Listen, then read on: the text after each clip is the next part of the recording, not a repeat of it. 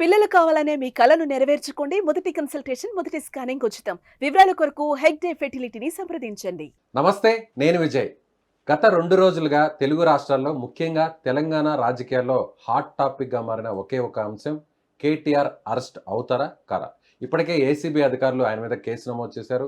జాతీయ స్థాయిలో ఈడీ కూడా జోక్యం చేసుకుంది. అయితే ఇప్పుడు కేటీఆర్ మీద నమోదైన కేసు చివరి వరకు అరెస్టు దాకా తీసుకెళ్తుంది. ఆయన జైలుకు వెళ్ళేటువంటి అవకాశం ఉందా లేదా? జ్యోతిష్య శాస్త్రంలో ఏం జరుగుతుంది?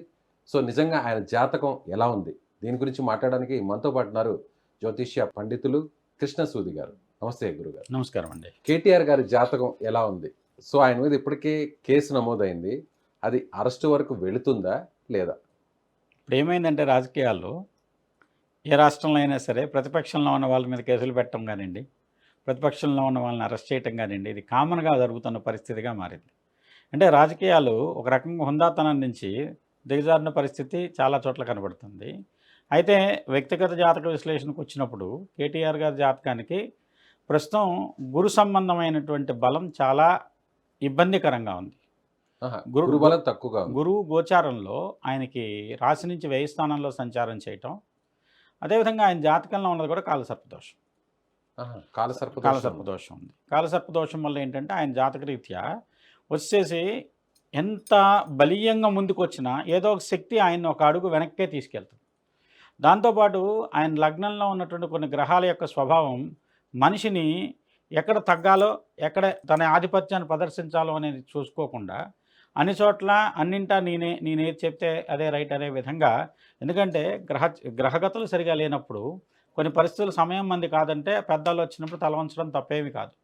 అది కేసీఆర్ దగ్గర చాలా నేర్చుకోవచ్చు. కేసీఆర్ గారి దగ్గర ఆయన వచ్చేసేసి పరిస్థితి తనకు అనుకూలంగా లేదు, పరిస్థితులతో వచ్చిన దాంతో రాజీపడి ఉద్యమాన్ని కానీ సమస్యని కానీ సజీవంగా ఉంచి ఫలితం వచ్చేంత వరకు దాన్ని సాధించుకునేంత వరకు ఆయన ఓపిక పట్టి ఎక్కడ తగ్గాలో, ఎక్కడ సర్దుబాటు చేసుకోవాలో, ఎక్కడ తన యొక్క పంతాన్ని నెగ్గించుకోవాలో, ఎక్కడ అధికారం చెలాయించాలో పూర్తిగా ఆ స్థాయిలో తను ఫలితం వచ్చేంత వరకు వెనుకడుగు వేయకుండా సాధించుకున్నారు. సో అప్ అండ్ డౌన్స్కి సంబంధం లేకుండా అటు తెలంగాణను సాధించారు. అలాగే ఆయన కూడా రాజకీయంగా సీఎం కూడా అయ్యారు 2 సార్లు. రాజకీయంగా సీఎం అవటం అనేది వచ్చేసి ఆయన జాతకంలో ఉండేటువంటి ఏ గ్రహం అయితే యోగం చేసిందో, రాహు ఇచ్చేసేటువంటి మహర్దశ యోగం అది బ్రహ్మాండంగా ఆయనకు యోగం. కుజుల్లో కేంద్ర మంత్రి అయ్యారు. కుజదశలో ఉన్నప్పుడు లగ్నాధిపతి దశ. రాహు మహర్దశ పూర్తి కాలం ఎదుగుతూనే వచ్చి రాహు మహర్దశ చివరికి వచ్చేసరికి ఆ రాహు మహర్దశ పూర్తయింది, ఆయన పదవి కోల్పోవలసి వచ్చింది. ఇప్పుడు కేటీఆర్ గారి విషయంలో అంటే ఇప్పుడు కాలసర్ప దోషం ఉందంటున్నారు. అది ఎంతవరకు తీసుకెళ్లే అవకాశం ఉందంటారు రాజకీయంగా? రాజకీయంగా కొంచెం ఇబ్బంది పెట్టేటువంటి వాతావరణమే ఉంది. అది వచ్చేసి కేసులు ఎదుర్కొంటున్నారు. అది ఇప్పుడు నేను చెప్తే ఆల్రెడీ జరుగుతుంది చెప్తున్నట్లు ఉంటుంది. పత్రికలు చదివినా ఎవరైనా చెప్తారు. దాంతోపాటు కొంచెం ఇబ్బందికరమైన వాతావరణం అయితే ఆ కుటుంబం మీద ఉండేటువంటి వేదలతో కవిత గారు కూడా రిలీజ్ అయ్యారు. గత సంవత్సరం చూసాం. ఆమె దాంట్లోనూ వచ్చేసి ఆమె రాశికి వచ్చేసి గురుడు వేదలోనే జరిగింది. సో ఆమె జాతకానికి ఈయన జాతకానికి ఉన్న డిఫరెన్స్ ఏంటి? ఆమెది వృషభ రాశి, ఈయన మిథున రాశి. ఓకే. రాశి పరంగా చూసుకున్నప్పుడు ఈయన రాశికి వచ్చేసరికి ఉన్నటువంటి గ్రహస్థితుల్లో పేరు ప్రకారం చూసుకున్నా కూడా అష్టమంలో గురుడు ఉన్నాడు. రాశి ప్రకారం చూసుకున్నా కూడా వచ్చేసి వ్యయంలో గురుడు ఉన్నాడు. అలానే వచ్చేసి ఇక్కడ భవిష్యత్తులో దేశ రాజకీయాలను శాసించే విధంగా ఆంధ్ర తెలంగాణ రాజకీయాల్లో వచ్చేటువంటి మార్పులు ప్రస్ఫుటంగా ఒక రకమైనటువంటి ఫలితాన్ని నిర్ణయిస్తున్నాయని చెప్పచ్చు. ఏ విధంగా అంటారు? అంటే భవిష్యత్తులో భారతదేశ రాజకీయాలు ఇప్పుడు చూసినట్లయితే మీరు గమనిస్తే ఇప్పుడు భారతదేశానికి ఏదైనా సరే మార్పు రావడానికి ముందు తెలుగు రాష్ట్రాల్లో కదలికలే గమనించవచ్చు. సో మీరు చెప్పినట్టుగా కూడా ఇప్పుడు ఏపీకి సంబంధించి కూడా తెలుగుదేశం పార్టీ మెజారిటీ స్థానాలని ఎంపీ సాధించింది జనసేన సపోర్ట్తో. సో ఇప్పుడు టీడీపీ సపోర్ట్తోనే కేంద్రంలోనే ఎన్డీఏ ఉంది. ఆల్రెడీ అది ప్రూవ్ అయింది. ఇలా కాదు, ఇప్పుడు కాదు. మీరు అసలు ఇందిరాగాంధీ కూలిపోయింది, పార్టీ విడిపోయింది, పార్టీ ఆమె చేతుల నుంచి జారిపోయింది. ఇందిరా కాంగ్రెస్గా కొత్త పార్టీ పెట్టుకుంటూ వచ్చారు. అప్పుడు ఆంధ్ర ప్రాంతం నుంచే తనకి ఆమెకు సంబంధించినటువంటి నిధులు కానివ్వండి, ఆమెకు సంబంధించిన సహకారంగానే అందింది. అలానే దేశ రాజకీయాలను ఎన్టీఆర్ గారు వచ్చినప్పుడు ఆయన పెట్టిన తెలుగుదేశం పార్టీ నేషనల్ ఫ్రంట్ అధ్యక్షుడిగా ఆయన చేసింది కానివ్వండి, తర్వాత కాలంలో చంద్రబాబు నాయుడు గారు తిప్పినటువంటి ఆయన చేసిన పనుల వల్ల కానివ్వండి రాష్ట్ర రాజకీయాలు దేశ రాజకీయాలను ప్రభావితం చేసినాయి. అంటే అక్కడ ఏదైనా జరగడానికి ముందు ఇక్కడ ఏదో సంచలనం నమోదవుతుంది, దాని ప్రకారం వచ్చి దేశ రాజకీయాల్లో మార్పులు వస్తున్నాయి. ఇప్పుడు పర్టికులర్గా గురువుగారు కేటీఆర్ జాతకం విషయంలో కొంత ఇబ్బంది ఉంది అంటున్నారు. అది ఎప్పటి నుంచి ఎప్పటి వరకు ఉంది? ఇది దోషం స్టార్ట్ అయింది 2024 ఏప్రిల్ నుంచి. గురుడు వృషభ రాశిలో ప్రవేశించింది మొదలుకొని అనుకోండి. దీని నుంచి ఇప్పుడు ఏమవుతుందంటే గురుడు ఎప్పుడు ఫలితాన్ని మధ్యలో ఉన్నప్పుడు ఇస్తాడు. అందులో ఇప్పుడు వక్రించున్న గురుడు, ఇది వచ్చేసేసి అందులో కుజుడు. ఇప్పుడు ఏమైందంటే మిథున రాశికి ఒక పక్క గురుడు, ఒక పక్క కుజుడు. గురుడు ఏంటంటే ఉభయ కేంద్రాధిపతి రీత్యా దోషయ్యాడు, 2 కేంద్రాలకు అధిపతి అవడంతో. అందువల్ల కుజస్తంభన కూడా 2 కలిపి ఏదైనా సరే జూన్ వరకు ఆయనకి గడ్డు కాలం కిందే చెప్పాలి.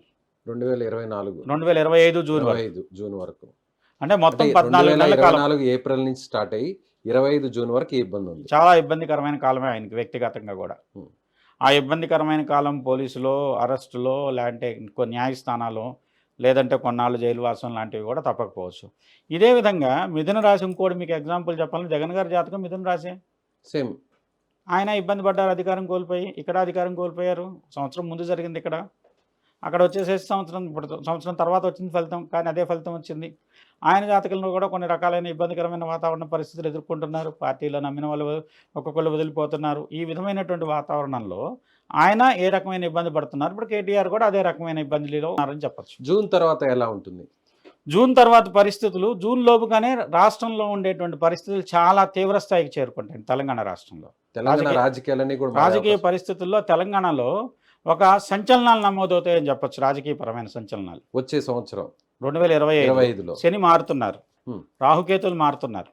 అలానే ఏంటంటే ఈ తెలంగాణకి గమనించుకున్నట్లయితే రాజకీయంగా వచ్చేసి ఒక రకమైనటువంటి అందరూ ఉలికిపాటుకు కూడా అయ్యేటువంటి ఆకస్మిక సంఘటనలు జరుగుతాయని చెప్పచ్చు. కొంతమంది పెద్ద వ్యక్తులు కనుమరుగవచ్చు, అంటే ఏదన్నా ఆరోగ్య భంగాలు కానివ్వండి, లేకుంటే వచ్చే కొన్ని దుస్సంఘటనలు కానీ జరగడానికి అవకాశం ఉంది. అదేవిధంగా వచ్చేసి అధికారంలో ఉన్న వ్యక్తులకి కొన్ని వాళ్ళు గడ్డు పరిస్థితులు ఎదుర్కోవాల్సిన పరిస్థితులు కూడా కనపడుతున్నాయి. ఎందుకంటే దేశకాల పరిస్థితులు ఎప్పుడైనా సరే రాజకీయం మేము చెబుతాం. అలానే మీకు మార్చిలో 14వ తారీఖు 29వ తారీఖు 2 గ్రహణాలు ఉన్నాయి.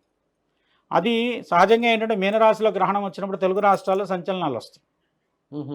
అలా ఏంటంటే 29వ తారీఖు ఉన్న గ్రహణం తెలుగు రాష్ట్రాలు ప్రభావితం చేసే గ్రహణం కింద చెప్పచ్చు. అది పర్టికులర్గా తెలంగాణ మీదే దాని ఇంపాక్ట్. తెలంగాణ ఎక్కువగా ఏంటంటే మీరు గమనిస్తే హైదరాబాద్ సెంట్రలైజ్డ్గానే ఉన్నాయి. పూర్వకాలం నుంచి కనుక ఆంధ్రప్రదేశ్, ఆంధ్రాలో జరిగిన ఉద్యమం, ఉమ్మడి రాష్ట్రంగా ఏర్పడటం, వీటన్నిటికీ సెంట్రలైజ్డ్ పాయింట్ ఏంటంటే హైదరాబాద్ సెంట్రలైజ్డ్గానే రాజకీయాలు, దక్షిణ భారత రాజకీయాలు చాలా వరకు ప్రభావితమైనవి.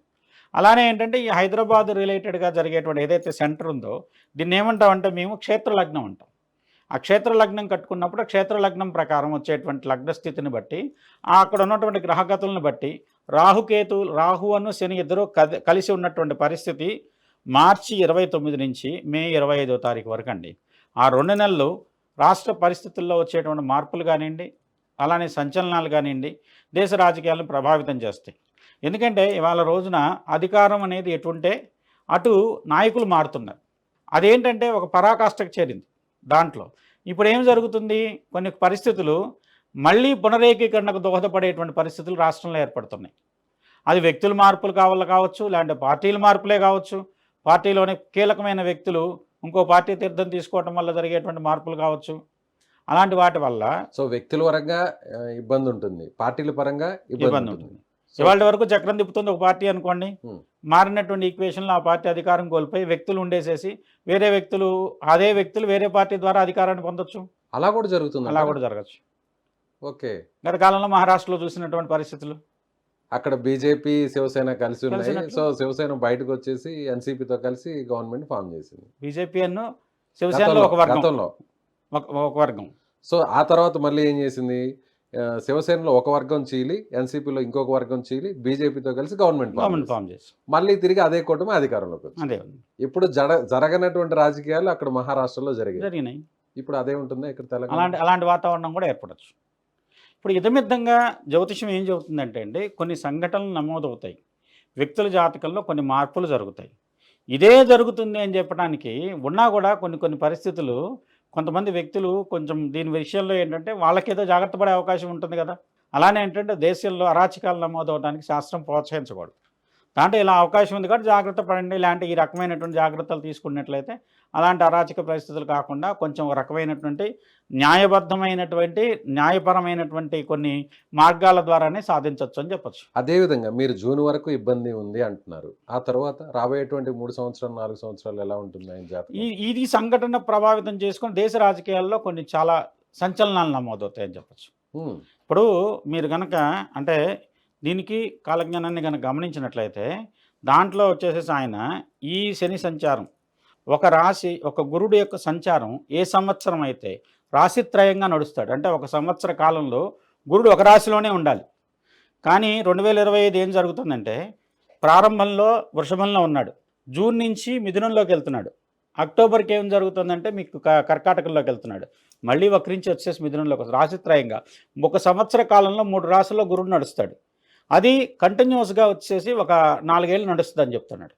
ఇంకా చెప్పాలంటే శని అంత్యరాశికి చేరుతున్నాడు.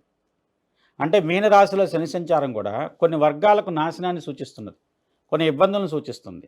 అలాంటి పరిస్థితుల్లో శని యొక్క ప్రభావం అధికంగా ఉన్న జాతకాలు, కేటీఆర్ గారి జాతకం కూడా అలాంటి జాతకం అని చెప్పచ్చు. మీరు ఇందాక ఒక మాట అన్నారు గురువు గారు, ఏదైతే కవిత గారి విషయంలో ఆమెది వృషభ రాశి అయితే ఆమెకి గురుబలం తక్కువ ఉంది కాబట్టి ఆమె కూడా జైలుకి వెళ్ళి అంటున్నారు. అంటే వీరిద్దరి జాతక ప్రభావంతోనే వీరికి గడ్డు పరిస్థితులు ఉంటాయి, లేదంటే కేసీఆర్ జాతకం ఏమన్నా దీని మీద ప్రభావం కాదండి, వాళ్ళ చూపాలి? వ్యక్తిగత జాతకంలో దొరకకపోతే భార్య జాతకం ఏంటి, పిల్లల జాతకం ఏంటి చూస్తాం. వ్యక్తిగత జాతకంలో కేసీఆర్ గారి జాతకం బాగుంది. కేటీఆర్ జాతకంలో కూడా రాహుదశ పూర్తయింది, ఇప్పుడు గురు మహర్దశ నడుస్తుంది. ఓకే. గురువు బాగున్నాడు, ఆయనకి గురుడు యోగం చేసి. కాకపోతే ఇక్కడ ఆయుష్పరమైనటువంటి గండాలు ఉన్నాయి. ఆహా.